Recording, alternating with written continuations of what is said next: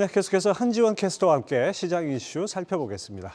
어서 오십시오. 네, 안녕하세요. 오늘은 어떤 이슈입니까? 네, 요즘 반도체 업황에 대한 전망은 참 어두웠었죠. 그런데 어제 담비 같은 소식이 들려왔습니다. 반도체 시설 투자의 세액 공제율을 최대 35%까지 확대하는 반도체 투자 세액 공제안이 발표가 된 건데요.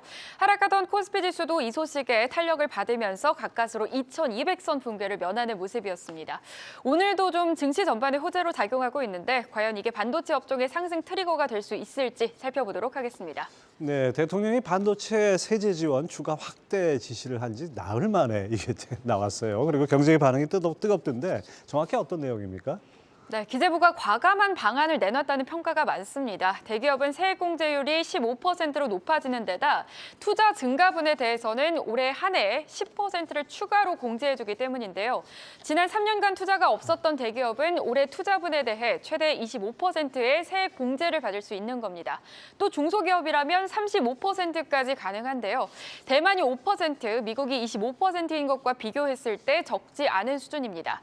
여기에 또 한 가지 임시 투자세 공제를 부활시킨 것도 파격적으로 평가되고 있습니다. 미래차와 바이오헬스 등 분야가 포함된 이 신성장 원천 기술의 경우 올해 시설 투자세 공제율이 대기업은 3에서 6%, 중견기업은 6에서 10%, 중소기업은 12에서 18%로 상향 조정하는데요. 일반 시설 투자 세액 공제율 역시 지금보다 각각 2%포인트씩 높아진다는 점 확인해 보시면 되겠습니다. 이렇게 그야말로 깜짝 반도체 투자 세액 공제안이 나오면서 어제 코스피 지수뿐만 아니라 반도체주를 포함해 반도체 소부장주들까지 모두 반등에 성공을 했습니다.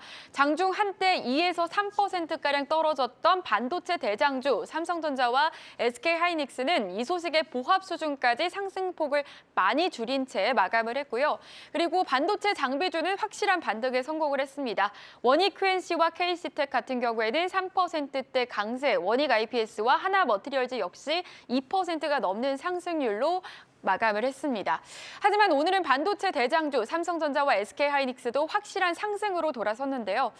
이 시각 외국인의 순매수 상위 종목에 올라 있기도 합니다. 특히 삼성전자 같은 경우에는 순매수 1위를 기록하고 있는데요.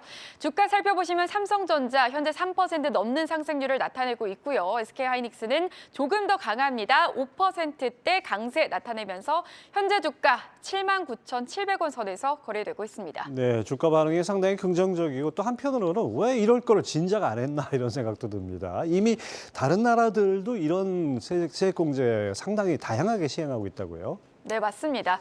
이미 세계 각국은 자국 중심의 반도체 생태계를 조성하기 위해 박차를 가하고 있는데요. 이 반도체 산업을 해외에 의존하면 결국 국가 안보까지 흔들릴 수 있다라는 판단에서입니다. 반도체 육성에 가장 적극적으로 팔을 걷어붙인 나라는 바로 미국이었습니다. 조 바이든 대통령은 지난해 8월이었죠. 2,800억 달러를 투자하는 반도체 칩과 과학법, 일명 칩스법에 서명을 했는데요.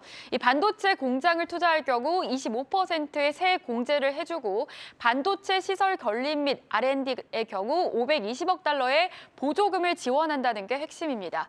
세액 공제 지원 효과만 10년간 240억 달러에 이를 것으로 추산되고 있는데요.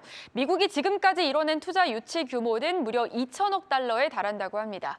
또 무엇보다 미국의 견제를 받고 있는 중국 역시 전폭적인 지원에 나섰는데요. 반도체 기업의 공정 수준에 따라 법인 소득세를 50에서 100%가량 감면을 해주고 있습니다.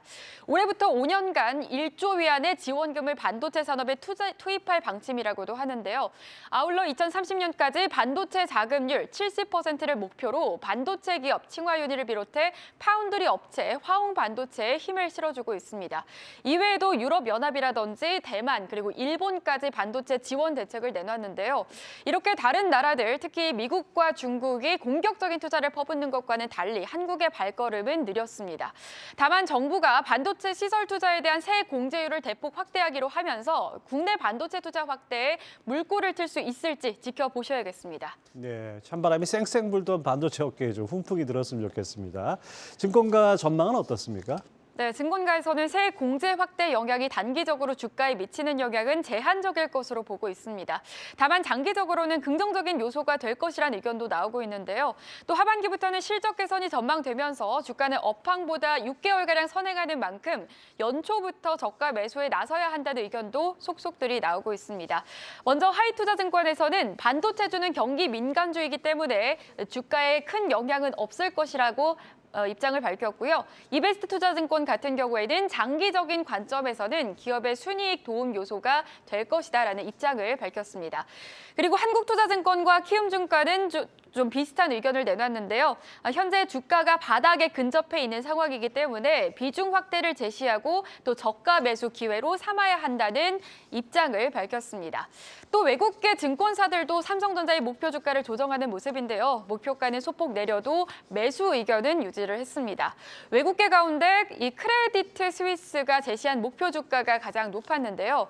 메모리 반도체 시장의 깊은 침체가 올해 2분기 중 바닥을 칠 것이라며 삼성전자는 내년 상반기까지 유일하게 수익성 높은 디램 기업으로 남겠다고 언급을 했습니다. 반대로 외국계 증권사 중 삼성전자의 목표 주가가 가장 낮은 증권사는 모간스탠리인데요.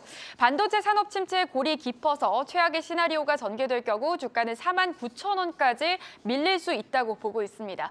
다만 반대로 업황이 빠르게 반등할 경우에는 95,000원을 회복할 수 있다는 입장을 내놨습니다. 네. 지난해 무려 마이너스 30% 수익률로 600만 개위를 울렸던 삼성전자. 이번 주 금요일에 새해 첫 실적 발표를 앞두고 있죠.